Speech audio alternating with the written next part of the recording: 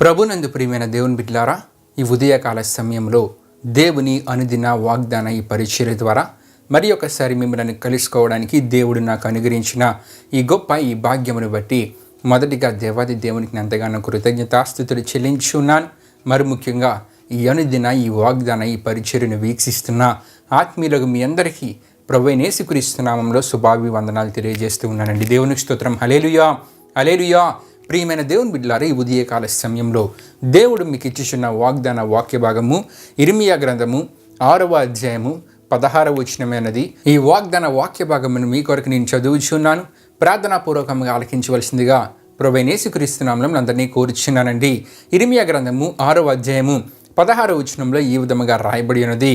యెహోవా ఇలాగు సెలవిచ్చుచున్నాడు, మార్గములలో నిలిచి చూడుడి, పురాతన మార్గములను గూర్చి విచారించుడి, మేలు కలుగు మార్గము ఏది అని కనుగొని అందులో నడుచుకునిడి, అప్పుడు మీకు నెమ్మది కలుగును. దేవునికి స్తోత్రం. హల్లెలూయా, హల్లెలూయా.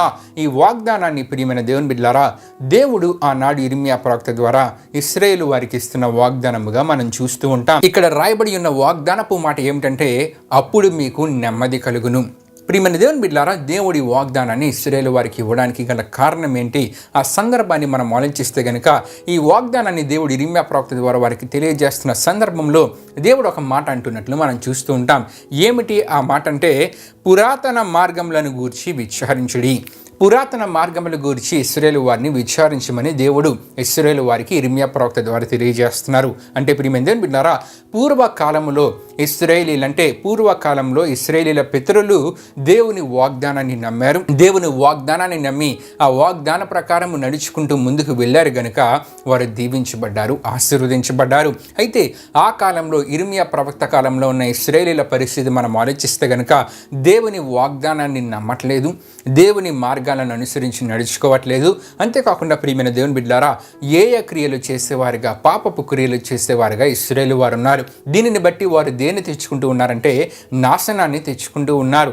ఆశీర్వాదానికి బదులు నాశనాన్ని తెచ్చుకునే పరిస్థితులలో ఇశ్రాయేలు వారు ఉన్నారు. అయితే దేవుడు ఇర్మియా ప్రవక్త ద్వారా ఒక విషయాన్ని తెలియజేస్తున్నారు. ఏమిటంటే, పురాతన మార్గములను గూర్చి విచారించండి, విచారించి మేలు కలుగు మార్గం ఏదని కనుగొని అందులో నడుచుకునేది. దేవునికి స్తోత్రం. హల్లెలూయా, హల్లెలూయా. పూర్వ కాలంలో మీ పితరులు అనుసరించి నడుచుకున్న మార్గము మేలు కలుగు మార్గము. ఆ మార్గాన్ని మీరు తెలుసుకొని ఆ మార్గంలో మీరు నడుచుకున్నట్లయితే అప్పుడు మీకు నెమ్మది కలుగునని దేవుడు అంటూ ఉన్నారంటే, దేవుడు ఇశ్రాయేలు వారి నుండి కోరుకునేది ఏమిటంటే, మంచి మార్గంలో మీరు నడుచుకొని ముందుకు వెళ్ళగలిగితే మీకు నెమ్మది కలుగుతుందని.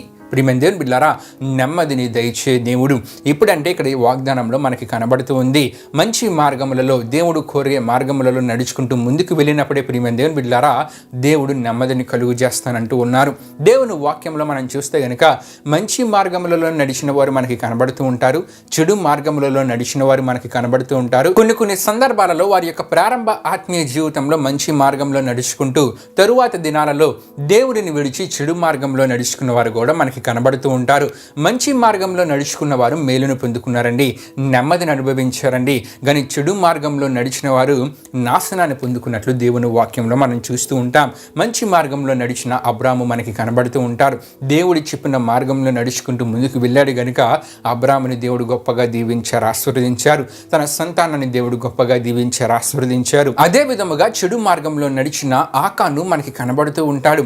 ఆకాను సపిదమైన దాన్ని తీసుకున్నాడు. దాని ద్వారా చెడు మార్గంలో నడుచుట ద్వారా ప్రియమైన దేవుని బిడ్డలారా, ఆకాను రాళ్ళతో కొట్టి చంపబడినట్లు దేవుని వాక్యంలో మనం చూస్తూ ఉంటాం. అయితే కొంతమంది గురించి మనం ఆలోచిస్తే గనుక ప్రారంభ జీవితంలో ప్రియమైన దేవుని బిడ్డలారా మంచి మార్గంలో నడుచుకున్న వారు మనకి కనబడుతూ ఉంటారు. ఆశాని మనం చూస్తూ ఉంటాం. యూదా రాజైన ఆశ ప్రారంభ జీవితంలో మంచి మార్గంలో నడుచుకుంటూ యథార్థంగా ఉన్నాడు గనుక ప్రియమైన దేవుని బిడ్డలారా నెమ్మదిని అనుభవించాడు.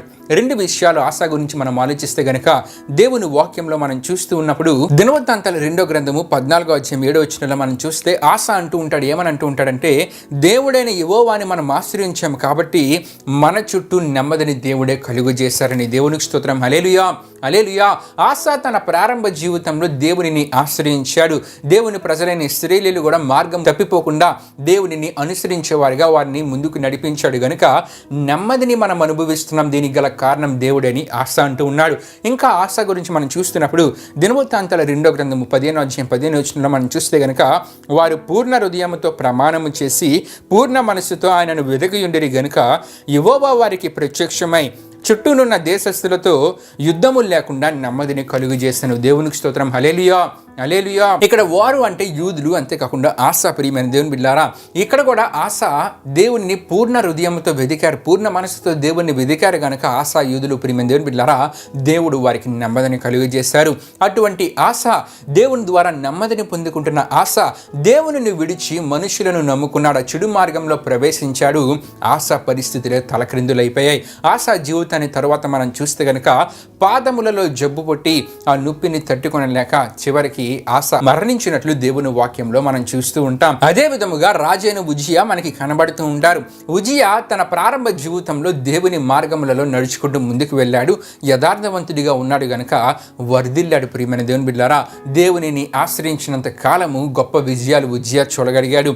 కానీ తరువాత జీవితంలో చూస్తే గనక మనసును గర్వించి చెడిపోయాడు, చివరికి కుష్ఠరోగంతో మరణించాడండి. అంటే దేవునిని ఆశ్రయించి దేవుని మంచి మార్గములలో నడుచుకుంటూ ముందుకు వెళ్ళినప్పుడల్లా ఇక్కడ అబ్రాముని మనం చూస్తాం, ఆశాని మనం చూస్తాం, ఉజ్జియాని చూస్తాం. నెమ్మదికరమైన పరిస్థితులు వీరు అనుభవించారు. కానీ ఆశ, ఉజ్జియా తరువాత దినాలలో దేవునిని ఆశ్రయించక చెడు మార్గంలో ప్రవేశించట ద్వారా, చెడు మార్గములను అనుసరించి నడుచుకున్నట్టు ద్వారా ప్రియమైన దేవుని బిడ్డలారా వారి జీవితాల్లో నాశనాన్ని ఎదుర్కొన్నారు. ప్రియమైన దేవుని బిడ్డలారా ఆకాను పరిస్థితి కూడా ఇదే. అంటే ప్రియమైన దేవుని బిడ్డలారా మంచి మార్గంలో నడుచుకున్న వారు మేలులు, దీవెనలు, ఆశీర్వాదాలు పొందుకుంటారు. చెడు మార్గంలో నడిచే వారికి నాశనం ఎదురవుతుంది. ఇదే విషయాన్ని దేవుడు వారికి తెలియజేస్తున్నారు. ఈ ఇర్మియా ప్రవక్త ద్వారా ఇశ్రాయేలీయులకు ఏమని తెలియజేస్తున్నారంటే, మీ పూర్వకాలంలో ఉన్న పితరులు మంచి మార్గంలో నడుచుకున్నారు, నా మార్గంలో నడుచుకుంటూ ముందుకు వెళ్ళారు కనుక వారు మేలులను చూడగలిగారు. మీరు ఈ దినాన్ని ఈ విధంగా లేరు కనుక నాశనం ఎదురవబోతుంది. అయినా సరే దేవుడు మరొక అవకాశాన్ని ఇస్తూ అంటూ ఉన్నారు. మీ పురాతన కాలంలో ఉన్న పూర్వకాలపు పితరులు అనుసరించిన మార్గాన్ని ఒకసారి విచారించండి, ఏది మేలని తెలుసుకుని ఆ మార్గంలో నడుచుకుండి, అప్పుడు మీకు నేనేం కలుగు చేస్తానంటూ ఉన్నారంటే నెమ్మదిని దయచేస్తానంటూ ఉన్నారు. దేవునికి స్తోత్రం. హల్లెలూయా, హల్లెలూయా. నెమ్మదిని కలుగు చే దేవుడు మంచి మార్గములలో నడుచుకుంటూ ముందుకు వెళ్ళినప్పుడు దేవుడు నిర్ణయించిన వాక్యానుసారమైన నిర్ణయాలు తీసుకుంటూ ఆ మార్గంలో నడుచుకుంటూ ముందుకు వెళ్ళినప్పుడు నెమ్మదికరమైన పరిస్థితులు మనలో దేవుడు కలుగు చేస్తారు, కుటుంబముల మధ్య దేవుడు కలుగు చేస్తారు. ప్రతి దగ్గర సమాధానకరమైన నెమ్మదికరమైన పరిస్థితులు మన జీవితంలో మనం చూడగలం. దేవునికి స్తోత్రం. హల్లెలూయా, హల్లెలూయా. ఎప్పుడంటే ప్రియమైన దేవుని బిడ్డలారా దేవుడు మన నుండి కోరుతున్న ఆ మంచి మార్గంలో నడుచుకుంటూ ముందుకు వెళ్ళినప్పుడు, ఇంకా దేవుని వాక్యంలో మనం చూస్తే గనుక నెమ్మదిని దేవుడు ఎప్పుడు కలుగు చేస్తానంటూ ఉన్నారంటే ప్రియమైన దేవుని బిడ్డలారా కీర్తన గ్రంథము 119వ కీర్తన 165వ చరణాన్ని మనం చదువుకుంటే గనుక అక్కడ మనకి ఏం కనబడుతుందంటే, నీ ధర్మశాస్త్రాన్ని ప్రేమించే వారికి ఎంతో నెమ్మది కలదు, దేవుని వాక్యాన్ని ప్రేమించే వారికి ఎంతో నెమ్మది కలుగుతుందని సామెతల గ్రంథము 1వ అధ్యాయం 33వ వచనంలో మనం చూస్తే గనక, నా ఉపదేశమును అంగీకరించి వాడు సురక్షితంగా నివసించును, వాడు కీడు వచ్చినను భయము లేక నెమ్మదిగా ఉండును. దేవునికి స్తోత్రం. హల్లెలూయా, హల్లెలూయా. దేవుని వాక్యాన్ని ప్రేమించాలి, ఆ వాక్యాన్ని అనుసరించి అంగీకరించి నడుచుకున్నట్లయితే ఏ భయం అనేది మనలో ఉండకుండా నెమ్మదిని దేవుడు కలుగు చేస్తానంటూ ఉన్నారండి. దేవునికి స్తోత్రం. హల్లెలూయా, హల్లెలూయా. ఈ వాగ్దానమును నేను ముగిస్తూ ఉన్నాను. ప్రియమైన దేవుని బిడ్డలారా మంచి మార్గములలో నడుచుకుంటూ దేవుని వాక్యాన్ని ప్రేమించి ఆ వాక్యాన్ని అనుసరించి నడుచుకుంటూ వాక్యాన్ని అంగీకరించినట్లయితే ప్రియమైన దేవుని బిడ్డలారా అంగీకరించి వాక్య ప్రకారం నిర్ణయాలు తీసుకున్నట్లయితే ఏ భయము లేక నెమ్మదికరమైన పరిస్థితులు మన జీవితంలో మనము పొందుకునేలా దేవుడే మన జీవితాల్లో నెమ్మదిని దయచేస్తానంటూ ఉన్నారు. ఆనాడు ఇశ్రాయేలు వారికి కాదు, నేడు ఈ వాగ్దానాన్ని మన జీవితాల్లో కూడా దేవుడు దయచేయడానికి సిద్ధంగా ఉన్నారండి. ఆశ మొదట ఆశ్రయించాడు, పూర్ణ మనసుతో దేవుని వెదికాడు, అప్పుడు నెమ్మదిని పొందుకున్నాడు. అంతేకాకుండా ప్రియమైన దేవుని బిడ్డలారా అలా చేసిన ఆశ తరువాత దేవుని విడిచిపెట్టినప్పుడు నెమ్మదిని కోల్పోయాడు. మన జీవితంలో దేవునిని ఆశ్రయించాలి, పూర్ణ మనసుతో దేవునిని వెదకాలి, దేవుని వాక్యాన్ని ప్రేమించాలి, దేవుని వాక్యాన్ని అంగీకరించి ఆ వాక్య ప్రకారం నిర్ణయాలు తీసుకుంటూ మంచి మార్గములలో మనం నడుచుకుంటూ ముందుకు వెళ్ళగలిగితే ప్రియమైన దేవుని బిడ్డలారా దేవుడే మన జీవితాలలో నెమ్మదిని దయచేస్తారు. దేవునికి స్తోత్రం. హల్లెలూయా, హల్లెలూయా. దేవుడి పరిశుద్ధ వాగ్దానమును మన వినికిడిలో దీవించునుగాక.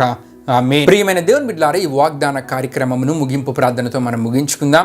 అందరూ కళ్ళు మూసుకొని తలలు ఉంచుకొని ప్రార్థనలో నాతో పాటు ఏకీభవించవలసిందిగా ప్రభువైన యేసుక్రీస్తు నామములో అందరినీ కోరుచున్నానండి. ప్రార్థన చేసుకుందాం. మహిమ స్వరూపైన మా ప్రభువా జీవాధిపతి యేసయ్యా, నీ ఘనమైన నామమునకే మహిమ ఘనత ప్రభావం చెల్లించినాం దేవా. ఇప్పుడు వారికి ఈ వాగ్దానం ద్వారా అందరితో మాట్లాడిన దేవా, మీకే వేలాది వందనములు, కృతజ్ఞతాస్తుతులు చెల్లించిన వేసా. మరి నెమ్మది లేని జీవితాలు ఎంతోమంది అనుభవిస్తూ ఉన్నారు దేవా. మరి నిన్ను ఆశ్రయిస్తే, నిన్ను పూర్ణ మనసుతో వెదిగితే, అంతేకాకుండా నీ వాక్యాన్ని ప్రేమించగలిగితే, నీ వాక్య ప్రకారం నిర్ణయాలు తీసుకొనగలిగితే, మంచి మార్గంలో నడుచుకుంటూ ముందుకు వెళ్ళగలిగితే నీవే నెమ్మదిని దయచేస్తానని ఈ వాగ్దానం ద్వారా మాట్లాడిన దేవా. ఈ వాగ్దానాన్ని విన్న ప్రతి ఒక్కరు నీవు కోరేటువంటి ఆత్మీయ జీవితాన్ని కలిగి ఉండడం ద్వారా ఈ వాగ్దాన ఆశీర్వాదాన్ని వారి జీవితంలో వారు పొందుకోగలిగేలా మీరు కార్యాన్ని జరిగించండి. ఇది నాని వారు చేస్తున్న ప్రయాణాలలో, పనులలో తోడుగుని ముందుకు నడిపించమని మీకే వేలాది వందనములు, కృతజ్ఞతాస్తుతులు చెల్లిస్తూ యేసు పరిశుద్ధ నామములో అడిగి వేడుకునిచున్నాం తండ్రి. ఆమేన్. యేసు రక్తమే జయం, ప్రవేశ రక్తమే జయం, ప్రవేశ రక్తం సంపూర్ణమైన విజయం, అపవాది క్రియలకనంత నాశనము కలుగునుగాక. ఆమేన్. ప్రభు మిమ్మును మీ కుటుంబములను దీవించునుగాక. ఆమేన్.